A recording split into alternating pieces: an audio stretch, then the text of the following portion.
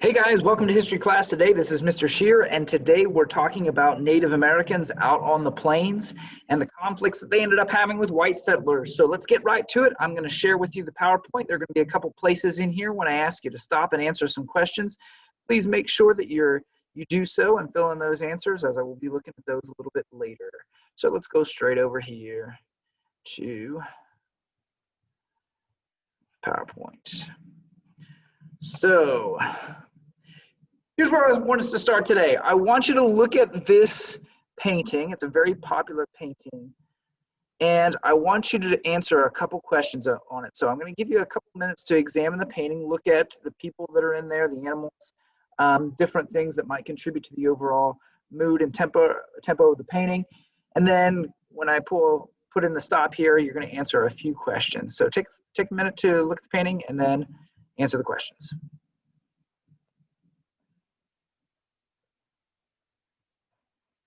Okay, as some of you might have guessed, that this painting is a painting of the Trail of Tears, which took place after Andrew Jackson ordered the removal of Indians from Georgia from the east, and they were forcibly moved into the west in Oklahoma. And for many people in the country, they thought this was it. They're like, okay, we've moved the Indians out of the east, now we're done, right? Well, that is until settlers decided that they would pour into the west, and then they want more of the Indians' land. So what we're looking at today is the aftermath. After settlers are pushing into the west, what kind of conflicts do we end up with as they come to want to intrude on more Indians' land as they arrive there? So we've got all kinds of things happening. The cattle industry is booming in the late 1800s, and of course, northern Texas, Oklahoma, places like that are really important to that. So you've got white settlers that are coming west in the cattle industry and the ranching. You've got other thousands of settlers moving west to try to claim free land to farm themselves, and we'll talk a little bit more about that in a couple of days. So what you have is all of these people coming on land that up to this point nobody wanted, and now all of a sudden they're spilling onto this land where they had made the Indians move to, and now they've decided, wait, actually we do want that land, so you're going to have to move again. Obviously, that's going to require quite a bit of conflict, and the Plains Indians are in a very difficult position as white settlers hog up all the resources, fight the Indians, and basically shoo them off the land and try to force them onto reservations. So there's a lot of different conflicts and different battles that we can look at, different events that lead to that, and we're going to discuss a few of those, and then you're going to have a chance at the end of this to take a closer look at some of those battles that advanced relationships between Indians and settlers on the plains. So just a little bit about the Plains Indians as we get going here. Number one, when you think of an Indian, or when you see a movie or a TV show or anything else like that about Indians, the Indians you are picturing are the Plains Indians. They become kind of the image of Native Americans that we become really familiar with. This is a distinctive group and highly developed in many different tribes, whether it's the Sioux or the Comanche or whoever it is that you're talking about. These are relatively advanced Native American groups. There's also a tremendous source of tribal pride, and that's where a lot of this conflict is going to come in, because certainly they're proud of who they are, and that's going to be a sticking point for many white settlers who are also very proud, and results in conflict. Our more eastern Plains Indians are agricultural. They plant foodstuffs and are able to sustain themselves that way. But our western ones are much more nomadic, and they move around. They're hunters, and they roam the plains looking for food and one particular source in general, which is the buffalo. Now, let's talk for a second about the horse first. The horse is brought by the Spanish when they come across with the conquistadors and everybody else like that. They bring horses, and this becomes huge for the Indian because it allows them to hunt and to move and to travel and to do all the kinds of things that they couldn't do without it. And so Indians become a huge market for European horses as they bring them across, and they begin bringing them themselves, and they are essential to the way of life for the American Indian because they are so reliant on the buffalo in the plains. The buffalo is everything to them. It's not just food, it's a source of life in every way, and I'll show you that in just a second. So that buffalo, wherever it goes, they need to be able to go with it, and the horse makes that a lot easier. transportation. And think about it, horses are also a great advantage to the Native Americans for defense and other things as well. So back to this buffalo and how they are just so essential to the Plains Indian. They could use it for many, many things, not just food. So what I'm going to do is I'm going to put a stop here, and I want you to answer this question. What things other than food might Native Americans been able to use the buffalo for? Okay, so what things other than food might the Native Americans have been able to use the buffalo for? Think about other parts or other parts of the buffalo they might be able to use, and then we'll come back to it in a second. Awesome. What'd you come up with? There are certainly a few things here that maybe you did think of and maybe you didn't. But this graphic shows you just all the many different ways that the Indians would use the buffalo. Yes, there's the buffalo meat, and yes, there's the hide. The hide can be used for anything from teepees to moccasins and clothing. It can be used for arrow quivers, gun covers, toy dolls, all kinds of things that the hide could be used for. We already talked about meat. The tail would be used for decorations. There's all kinds of things, but some of you might not know. The stomach. A stomach obviously is used, the way we use it, it holds food and water and things like that inside our body. So why not on the outside of the buffalo? It is used for the lime buckets, cups, dishes, and cooking pots. It could be used for those purposes. Obviously, the bones are very versatile. They can be used for weapons, for tools, for games and toys. Even everything from the skull that are used for religious purposes. All kinds of different things here. Some of you may not even thought the dung of buffalo is used for fuel. It can be burned. And so many different things that the buffalo can be used for. The Plains Indians are very dependent on it. As the kind of conflict that we're running into here is not only do they follow the buffalo and have to be nomadic, but now they have the extra challenge of settlers coming and hunting mercilessly the buffalo, sometimes for sport, just for the fun of it. Sometimes they take the meat, but they certainly don't use it the way that the Plains Indians do. And so that's part of the conflict that they have, is this diminishing population of buffalo, which they have learned to sustain themselves on. It's going away. And so their food source is gone. You can imagine how that makes them feel, particularly towards these settlers that are coming and shooting them and destroying them. Also really important to these Native American units is family life. Tribes are essentially extended families. And so when we see all the groups of teepees and things like that, these are family groups. Also, Native Americans, as most of you realize, had strong belief in the spirits, particularly as they were associated with nature. And so they're very closely tied to taking care of nature. That's why in the Disney movie Pocahontas is talking to a tree, all those kinds of things. There's a very important relationship with their spiritual beliefs and nature. They would pass on their culture through oral history and with myths and games, and try to teach young ones by example and by leading them on in the right way in hunting parties and things like that. Probably most important to all of this is they believe that the land that they live on belonged to no one. You couldn't own the land. All of the land belonged to everybody, and you used it properly, you used it appropriately, and you took care of it. Whatever you took from the land, you tried to give back to the land, right?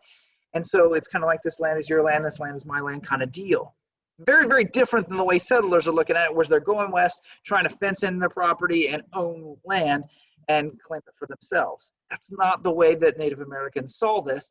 And so when you see all these white settlers coming in trying to sit down on particular plots of land, they have a lot of conflict with that.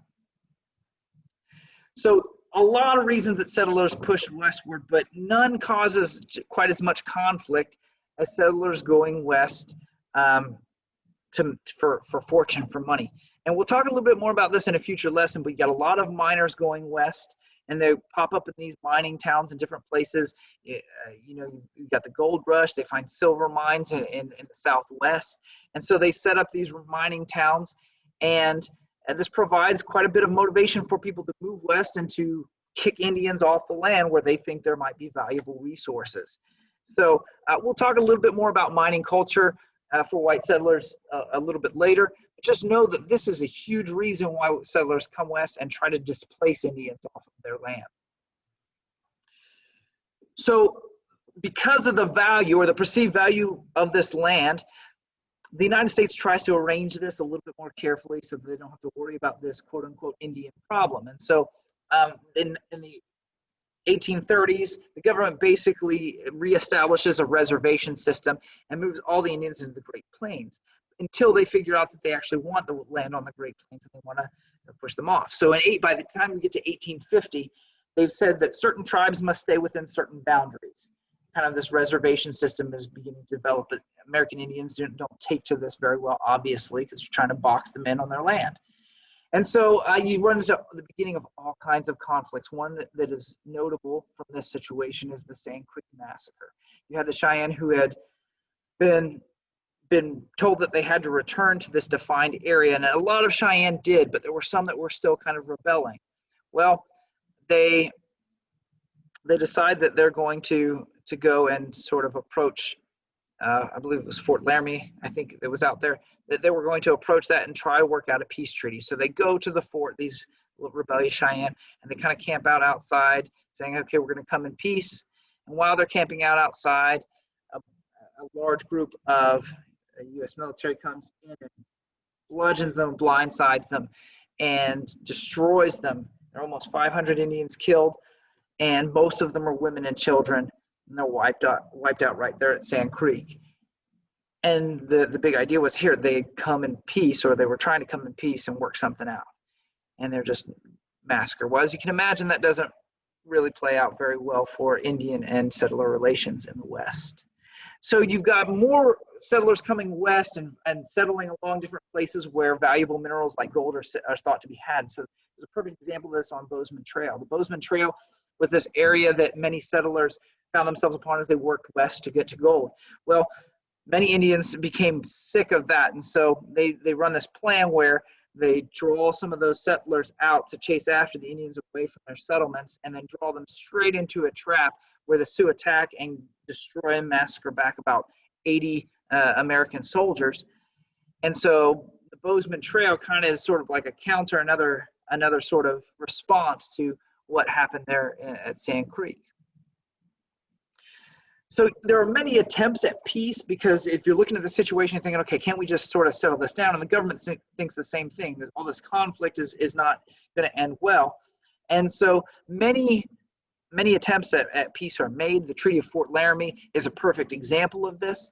The Sioux agreed to live on a reservation, but probably one of the most significant representatives of Native Americans in the West, Sitting Bull, refuses to sign. You still have so many Indian nations out there that are so proud of their culture and heritage and are willing to stand up. And so even though peace treaties are often proposed, the government doesn't keep their side of the bargain.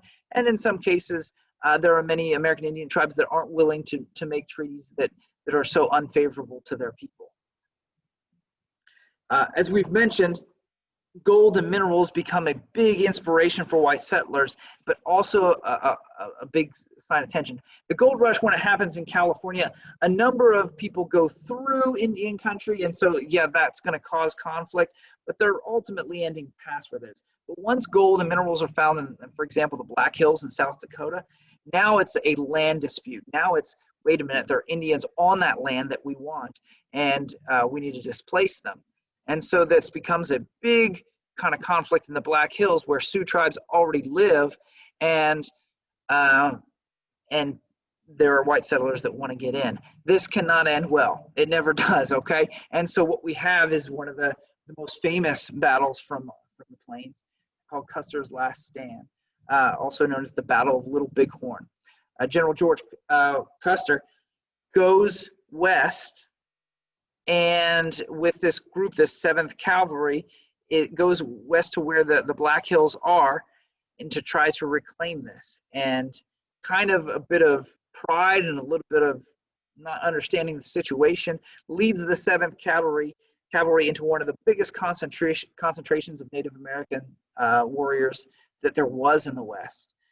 Crazy Horse and Sitting Bull stand at the head of these, and they absolutely decimate the 7th Cavalry, to the point where it is rumored that there isn't a single soldier left alive in the 7th Cavalry, and Custer is destroyed. That's why they call it Custer's Last Stand.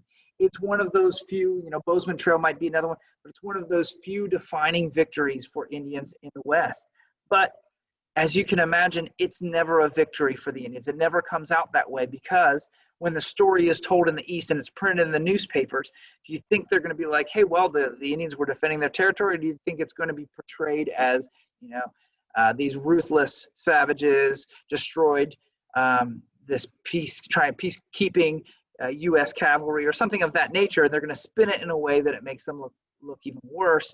And so even though this, in a sense, was a win for American Indians, generally it was still turned around so that it didn't seem like that way to most of the American public. And so what the government essentially tries to do is convert Native Americans to become more like whites. And that's what they call the process of assimilation. There are a couple important vocabulary words here, and this one is assimilation. Trying to get Native Americans to adapt a very Americanized way of life, whether it's dress, culture, education, land ownership, all of those things. And in particular, one of the biggest efforts at doing this was something called the Dawes Act. The Dawes Act took reservation land and it broke it up into 160-acre plots and gave each plot to an Indian family, an Indian head of household, and said, hey, here you go, 160 acres land just for you, settle on that, be kind of like the white man. But the thing is, and it goes way back to what we talked about at the beginning, Native Americans didn't believe that land belonged to people. And so this concept of, hey, wait, this is your 160 acres, but the plot next to you, that's not your 160 acres, that didn't really work for them. They didn't really believe in being fenced in by those boundaries, and they didn't believe that whatever is over here on my neighbor's property really isn't mine as well. And so the Dawes Act turns into a terrible failure because either they, A, don't want the land because they don't believe in land ownership, or they can't really abide by the quote-unquote rules that the government set up. And so the government takes the rest of the land that isn't claimed, gives it to settlers, and in the end of all of this, by 1932, most of that land ends up in white settler hands anyway because the Native Americans couldn't assimilate. So it was trying to take white culture and American culture and put that on the Indian. It didn't work, but there certainly were many attempts, and it wasn't just land ownership, it was everything. Take a look at this. This is a perfect example. This is assimilation, right? Same person. Here's the old way. This is their native custom.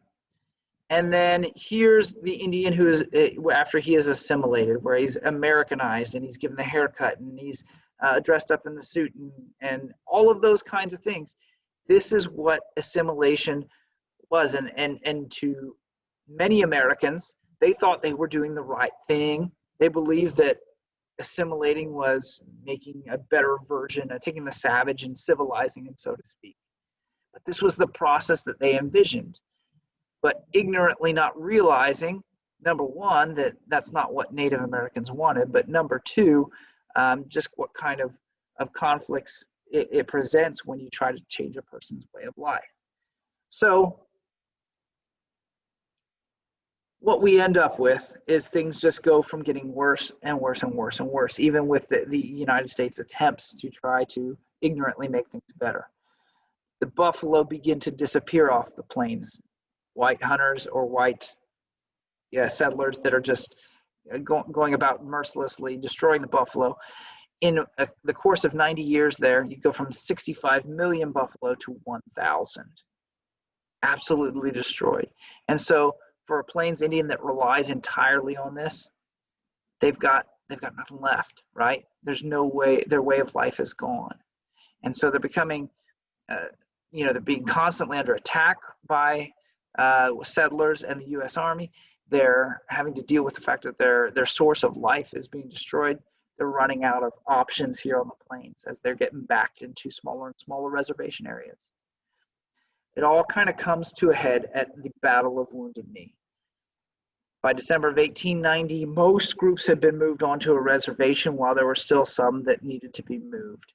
And this particular group or this collection of natives still were being escorted, I guess you could say is the nice word for it, but they were being moved or relocated by U.S. Army officials. So they go and take this group that still needed to be moved, and they confiscate all of the Native American weapons and take them all up. And then after they do this, there's some kind of skirmish or some kind of fight, and shots ring out. Well, as soon as shots ring out, keep this in mind. The Native Americans are unarmed because they took all their weapons. Obviously, the Army, they've got their weapons, and so it's not really a fair fight at all. At the end of this absolute slaughter, it's again nothing but a bloodbath. It becomes very, very evident that that the U.S. government and Americans are not going to fight fair. Because obviously, in a slaughter like this, a massacre of this proportion, it's almost like after this, Native Americans realize resistance isn't going to work.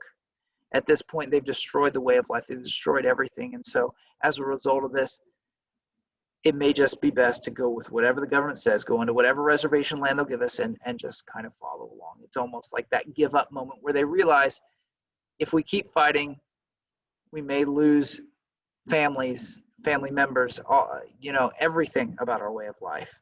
So giving in here at least allows us to preserve maybe some small shred of our culture. It's I don't want to say the end of a sad story, but certainly the end of the Indian Wars on the Plains, and a sad final chapter to that. What this might have looked like at Wounded Knee, there's a great video here that I want you. I'm going to pause this here. I've posted the video there in your Google Classroom, so you're going to go in there, watch that when I pause it. It's a few minutes, and I think you'll find it's pretty good. It's got some weird subtitles because where I pulled the video from, but nevertheless, gives you a great look at what Wounded Knee and the tragedy that it was there. When you're finished then watching that, come on back in here, and we'll keep rolling. Okay, pretty crazy, right? Like, definitely very intense, but a good film and a good depiction of Wounded Knee there. So that pretty much brings us to a close here of Indian relationships on the plains. Not a happy story there. There are so many battles and different things that we could talk about, but rather than do that, I'm going to have you look into it. So your assignment for today after this comes to a close is to create a timeline. And I've put a template for your timeline in the assignment. You'll see it. It's right after this, posted right after this on the Google Classroom. But what you'll do is you're going to take and you're going to use your textbook. Your online textbook is a great source for this, or if you have a print textbook, I would start there first. If for some reason that's not working out for you, obviously you can look around and search some things. But I want you to identify 5 conflicts or battles between Native Americans and U.S. settlers or military. We've talked about several already in this. You can use those, that's fine. For each conflict or battle, I want you to determine the year that it occurred, what was the conflict about, and who won. And I put this in quotation marks because this could be kind of an opinion here, who won, but was it the Indians or white settlers or the Army? Who won that battle? And then you're going to put these events into this timeline template there in the Google slide. Now keep in mind, if it's the timeline, the one that's all the way on the left, you're going to want to be with the first one and put them in date order there on your timeline and fill in each detail about them. And all you do is you type it right there, type that information in the slide. And once you've got everything in there typed into your timeline, you can close your Google slide, press turn in, and it'll allow you to turn that in as an assignment, okay? So use your book, use the resources that you have, fill in that timeline, and then once after you're done, you'll press turn it in, and you should be done for the day. Great work, American Indians and the settling of the plains.